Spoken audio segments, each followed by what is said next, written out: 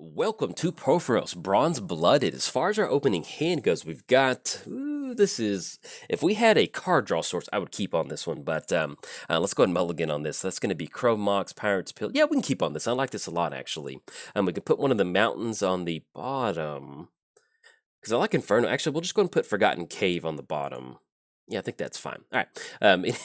Anything else? We're going to go and pass the turnover. But welcome to Purphoros. Hope you're excited. Purphoros, the Bronze Blooded. There's somebody that, whenever I say bottom, somebody goes, "You said bottom." And then that comment popped in my head. It's so dumb. Let's have Mountain enter the battlefield. And so have Chrome Mox come out so we can sorry, okay. We've got it under control. So exile a non-artifact, non-land card from your hand. And yeah, I guess we're actually okay with actually I think I'm okay with Pirate's Pillage now. I mean Inferno Titan. Yeah, because we want to get Arcane Signet down. I was going to hold on to that, but we want to get our ramp going as quickly as possible. So, and then we've got a lot of really good creatures to drop in. Inferno Titan is good, but if we're playing against a Golos deck, I don't know what flavor Golos deck, I'd rather just kind of get rid of it as a mana source for us. So, and then I do not know why I don't have a matching mountain in my deck. That really bothers me. Sorry about that to all the people who like matching basics. Don't know how that one slipped in there. So I'll get it changed after the game. So luckily, we do hit extra land for this Pirate's Pillage. Just go ahead and discard a card. We're going to be able to draw 2 cards and also going to get a couple treasure tokens, which is going to be very nice. So anything else? Let's go and pass the turn to our opponent. We're playing Purphoros, Bronze Blooded. Indestructible as long as Devotion 5 turns into a creature. Other creatures you control have haste. Then for a 3 mana activation, you may put a red creature card or an artifact creature card from your hand onto the battlefield. Sacrifice it at the beginning of the next end step. Playing against Golos, Tireless Pilgrim. Whenever Golos enters the battlefield, search your library for a land card. Ooh, Flame Shadow Conjuring. Okay, this is going good. So let's go Flame Shadow Conjuring. It's going to be 1, 2, 3. That still gives us 3 mana for Darksteel. Do we want to crack these treasure tokens for Darksteel?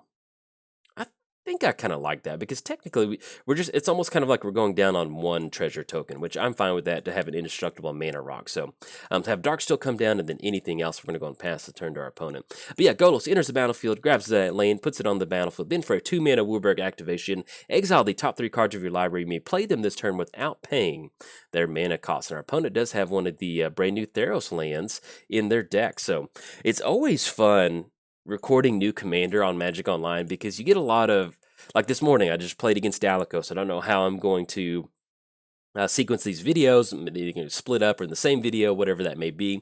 But long story short, it's just nice knowing that everybody's like, it's magic Christmas time. We get to play with new cards, which is a lot of fun. So, but we've got some good stuff, especially Wormcoil and Flame Shadow. So I really do like that. So let's have Mountain enter the battlefield. That's going to be 1, 2, 3, 4, 5, 6, 7. That's going to be just enough to go for Flame Shadow Conjuring. I think I like that because we're going to get some nice tokens to tag along with that. So that's the other good thing about this deck. This is a sneak attack deck, but the cool thing about this is if we can't get Purphoros down, it's not set up right. This is still just a mono red ramp deck. You know, we can get a lot of good value board states going. And look at look at this value. We're gonna go swing in with Wormcoil Engine. This is gonna be a 6/6 deck touch and lifelink, and we have to sacrifice it and get some tokens on the battlefield, which will be very nice. So look at that, put us back up to 36, and then pass it over to our opponent. So we're gonna. Oh, excuse me, it's an exile effect. I thought it was sacrifice. That would have been pretty nice, but to have Wormcoil Engine, we'll definitely pay 1 mana to have that one tag along. So but we did cover both commanders and Primeval Bounty, so we've got ourselves a game. It's officially free time. We can have some fun. Hope you're excited. All right, it's going to be Primeval Bounty trigger. They're going to gain some life, and they're getting extra land drops from Wayward Swordtooth. The good thing is that we do have a 6/6 deck touch. So if Wayward Swordtooth or Golos decide to get frisky, we've got some security over here with a Wormcoil Engine. All right, so we're going to see Oko come down, and surprisingly, I haven't seen Oko. You really don't see it a lot on Magic Online, so this is kind of one of the first times we're seeing it. So they're going to turn old Wormcoil Engine into an elk. So we have a 3/3 pretty elk. At least it's a Masterwork version elk, which is kind of nice. The only downside is 3/3 against a 6/8 and a 5/5. Not so good. I think we will actually end up blocking on this just to save commander damage. I'd rather have a turn off from commander damage. It's not necessarily preserving our life total. It's just protecting commander damage. So, all right, Temple of the False God. That is a good card. It does help us with mana. So let's go ahead and get that down. That's going to be 1/2. Definitely want to see that at this point in the game and not in our opening hand. That's going to be 1/2, and that's going to still give us access to 4 mana. We don't really have anything to take advantage of it at this point right now. So at this point, we're just trying to look for some card advantage. We're looking for a big beater creature, and we're also looking for Pandemonium. So with this particular deck, one of the things that we are doing is just having some nice enter the battlefield effects. It's a ton of fun. You get these huge creatures. Just imagine having, you saw how fun it was to go for Flame Shadow. Oh, uh-oh. Uh-oh, we got a Nyx Bloom Ancient coming down. All right, so it's going to be untap Simic Growth Chamber for a casual 6 mana.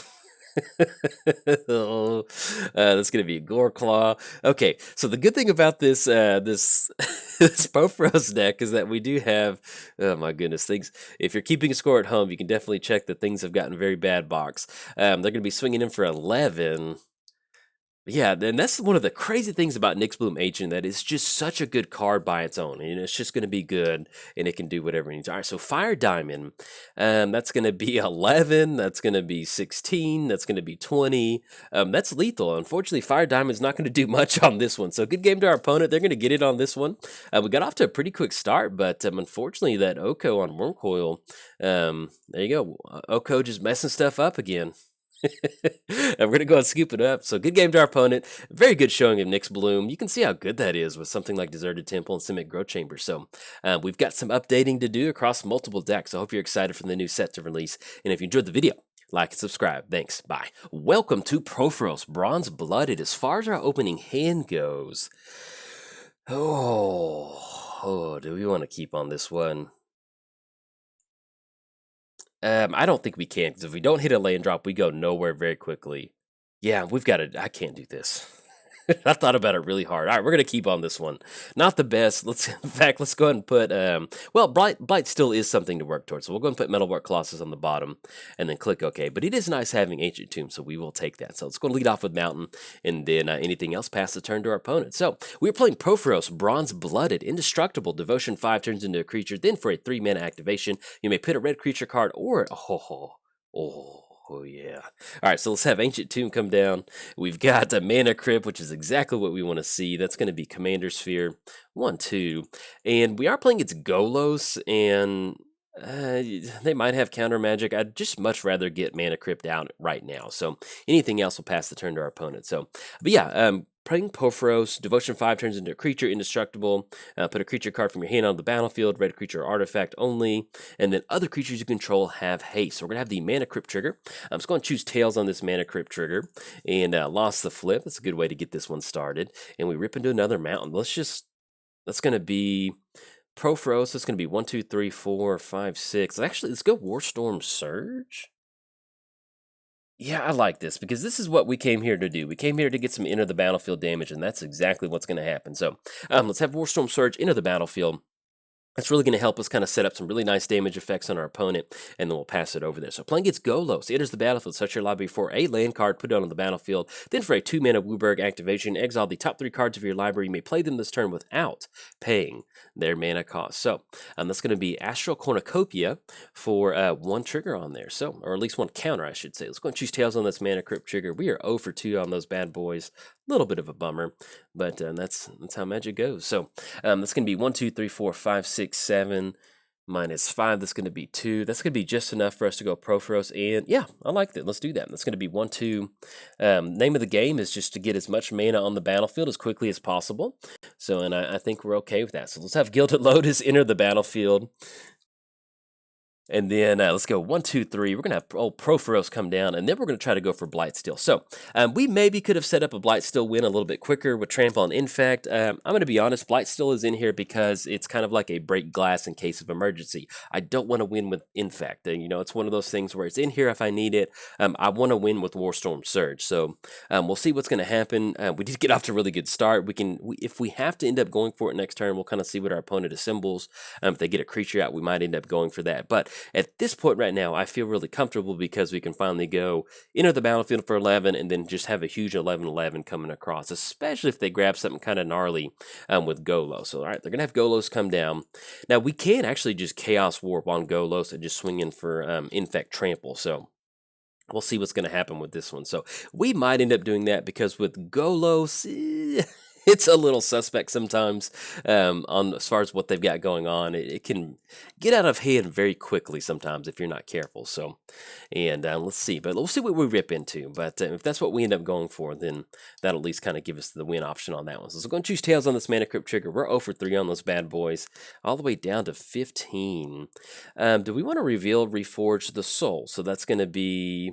Yeah, I think we're okay with that.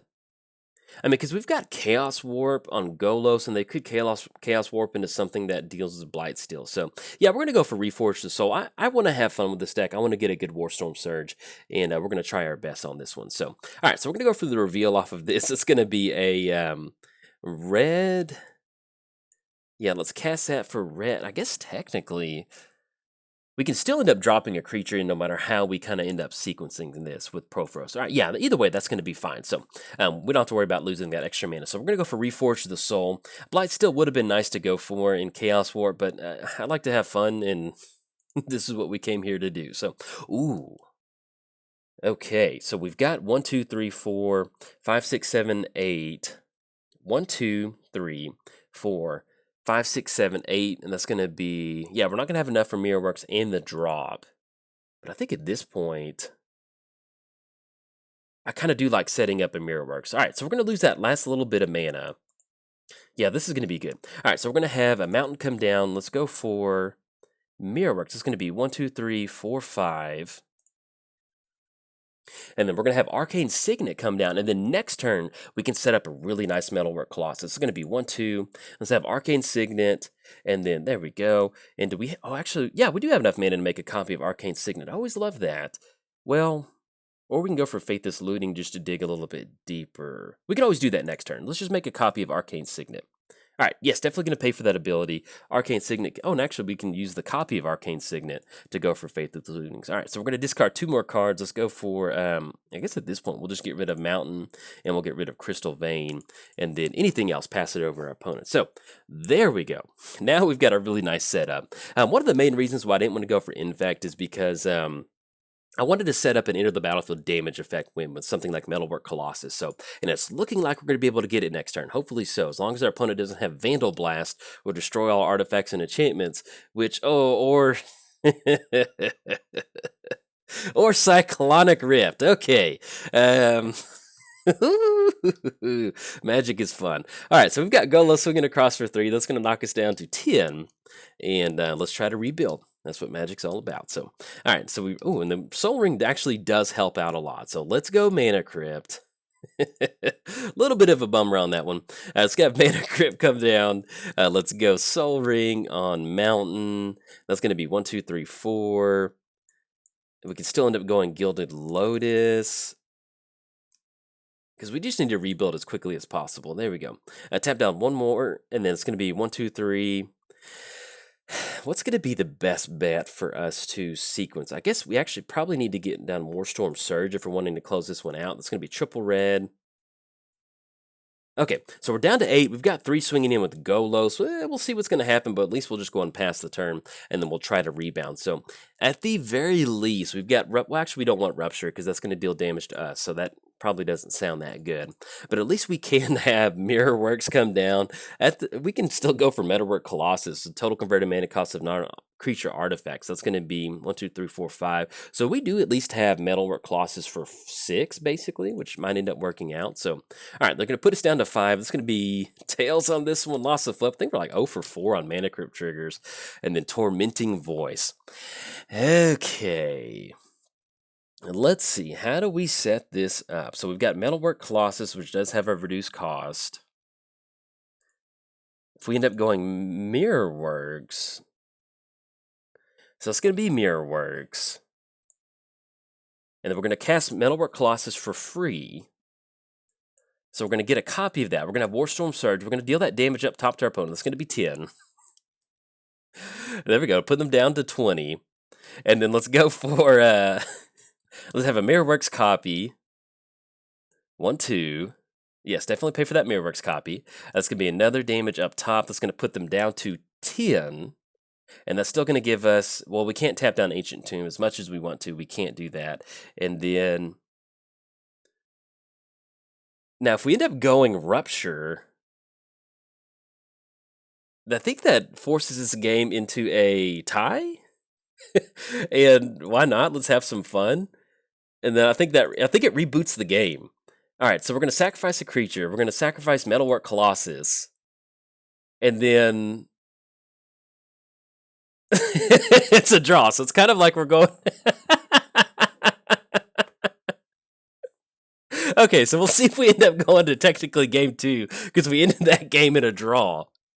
Okay, welcome back to the second part of the game. Hope you're excited. But yeah, you know that technically a draw allows us to keep going. So that's what's going to happen. As far as opening hand goes, that felt pretty good.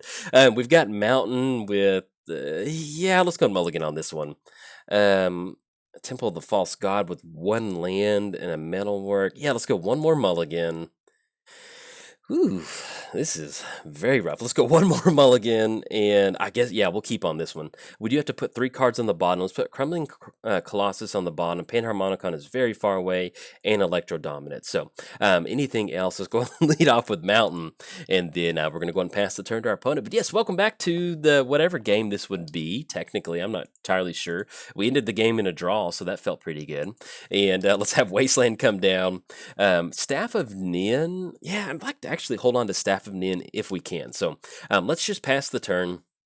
Because we can set up a Chromatic Lantern that might end up helping us out. But I think at this point, what we'll try to end up doing is trying to see if we can. Oh, and then Pandemonium.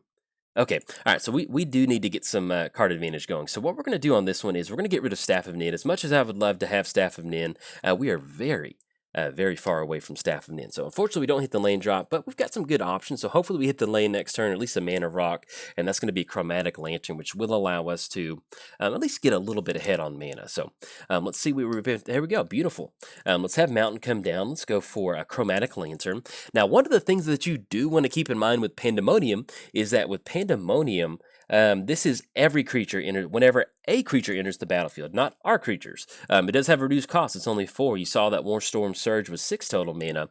So with Pandemonium, what you want to do is you want to make sure that if you're getting it down, like if we just get it down now and our opponent just casts value creature after value creature, we're going to lose the game because we're going to have Shaman of the Forgotten Waves entering the battlefield with like, with boxing gloves with like barbed wire on it. So, you know, that's not really exactly what we want to happen. All right, so we run into Leveler. Okay. So we've got 4 total mana. Do we want to go Pandemonium? No, we don't. Okay, we're going to pass the turn. All right, so that was a very bad mulligan on our part at the beginning. Unfortunately, that happens sometimes. Let's see if we can dodge this Dragon Lord Jamoka. At the very least, at least we just kind of put a little bit of, not stress, but a little bit of worry on our opponent being able to draw the game out like that. So it felt pretty good. Now, we do have some board wipes. If we can find some board wipes, a lot of mono. The only thing, that 5/7, really hard for us to deal with that 5/7. That's going to be a little rough, to be perfectly honest. So we'll see what we're going to be able to assemble. That's going to be put us down to 23, and then we run into a tapped land, but that is better than no land. So let's play the tapped land, and I guess at this point we're just going to go for Pandemonium, and then if they can win, they can win. We're kind of playing against the ropes right now. We're not hitting our lane drops. We had a tap lane come in, and it's not looking so hot. So if they've got a big payoff creature, they can certainly go for it. But at least we're going to try to set up a win for us with Pandemonium. So, you know, now, yeah, this is a good thing. If they're going to go for Primeval Bounty, that's the worst thing that's going to happen. We can make something work. We've got 7. I mean, we've got at least like 2 or 3 turns, so we can actually end up going for Mind's Eye. That might allow us to kind of do something on our side.